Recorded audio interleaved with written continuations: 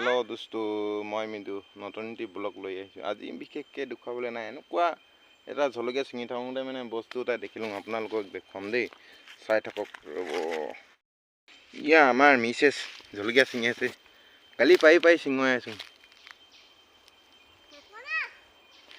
ওৰে বস্তু এনেকুৱা ডেঞ্জাৰ বস্তু এটা আপোনালোকে দেখিছে নেকি? কমেণ্ট কৰি জনাবচোন। এইটো বস্তু দেখিছ?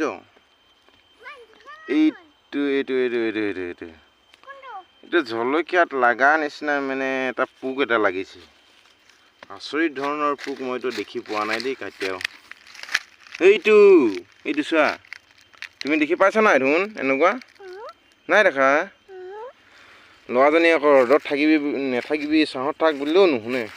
চা এইটো পোক এইটো চা, এইটো দেখিলি? এনেকুৱা আচৰিত ধৰণৰ পোক এইটো। জলকীয়াহে কৈছোং মই, কাপ মাৰি কিনি আছে। নুচুবি। তুমি ছাঁত থাকে নং যা, আমি জলকীয়া ছিঙি লওঁ।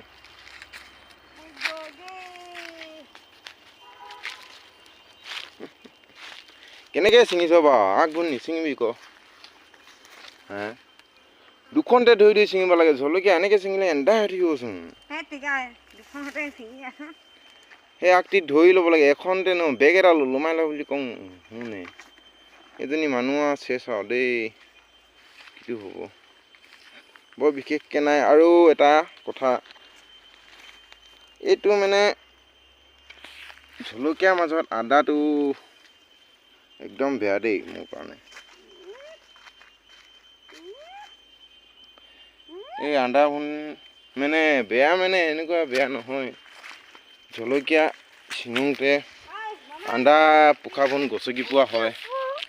অঁ, সেইটো পোক কামুৰে ন। চাব, আদা এনেকুৱা হৈছে, গছকি পোৱা হয়।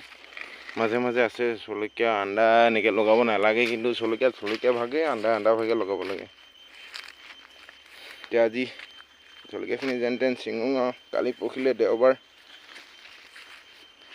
বেছি হোৱা নাই এইখিনি, জানো ওলাব প্ৰায় 30 কেজিমান এবাৰ।